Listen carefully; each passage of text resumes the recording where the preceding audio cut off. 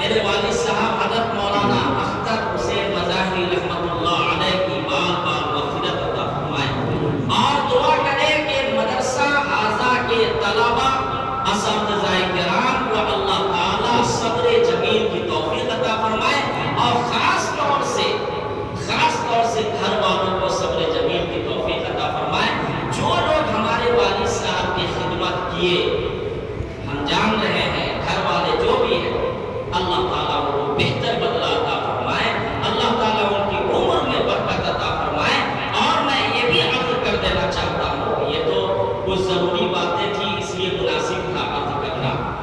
یاد رکھیے حضرت علقمہ رضی اللہ تعالیٰ عنہ کا نام آپ لوگ سنے ہوں گے، بیان میں بھی آپ لوگ سنتے ہوں گے۔ صحابی رسول تھے،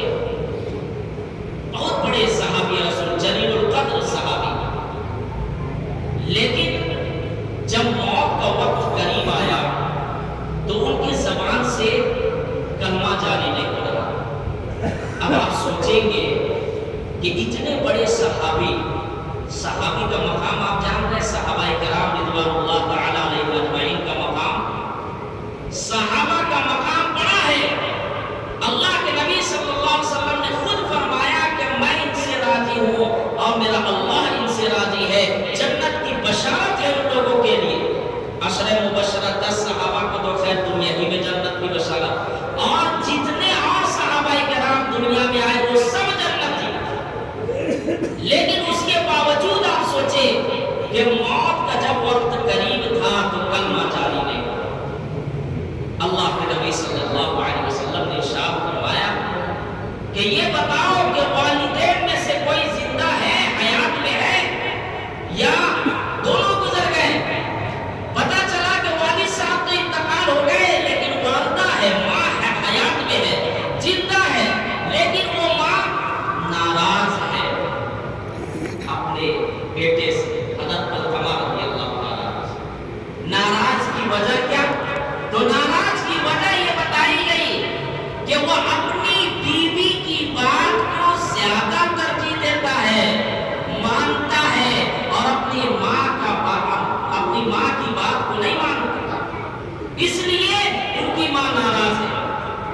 اللہ کے نبی صلی اللہ علیہ وسلم نے صحابہ کرام کو حکم دیا کہ جاؤ اور ان کی ماں کو یہ کہو کہ اللہ کے نبی صلی اللہ علیہ وسلم کے پاس تم خود آنا چاہتی ہو یا میں خود جاؤں، یعنی اللہ کے نبی صلی اللہ علیہ وسلم خود جائے۔ جب صحابہ کرام وہاں جاتے ہیں اور عرض کرتے ہیں کہ اللہ کے نبی صلی اللہ علیہ وسلم آپ سے ملنے کی خواہش اظہار فرما رہے ہیں، تو ماں دوڑتے ہوئے آتی ہے اور اللہ کے نبی صلی اللہ علیہ وسلم ارشاد فرماتے ہیں کہ یہ تو بتاؤ کہ کیا تم اپنے بچے سے ناراض ہو؟ تو وہ کہتی ہے کہ ہاں ناراض ہو۔ ناراض کی وجہ بتائی گئی کہ وہ اپنی بیوی کی بات زیادہ مانتے ہیں، اور یہ بھی بولے ان کی ماں کہ وہ صوم و صلات کا پابند ہے، میرا لڑکا اعمال میں بہت زیادہ آگے ہے، عبادات بہت زیادہ کرتا ہے، اللہ کا نیک بنتا ہے، لیکن وہ میری بات نہیں مانتا، اپنی بیوی کی بات زیادہ مانتا ہے، بیوی کی بات زیادہ ترجیح دیتا ہے۔ اللہ کے نبی صلی اللہ علیہ وسلم نے ارشاد فرمایا کہ تم علقمہ کو معاف کر دو، تم علقمہ کو معاف کر دو۔ وہ عرض کرتی ہے کہ میں معاف نہیں کروں گی۔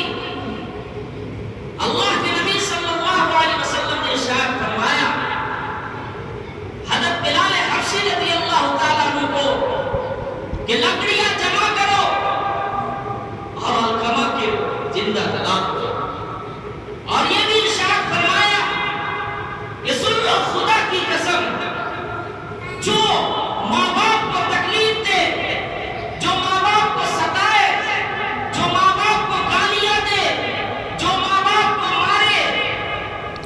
تو نہ تو اس کی نماز قبول ہوگی، نہ تو زکات، نہ تو حج، چاہے وہ 15-20 مرتبہ حج کر لے، چاہے طواف پہ طواف کرتا رہے، چاہے وہ نماز کا پابند ہی کیوں نہ ہو۔ علماء یہاں ماشاءاللہ بیٹھے ہوئے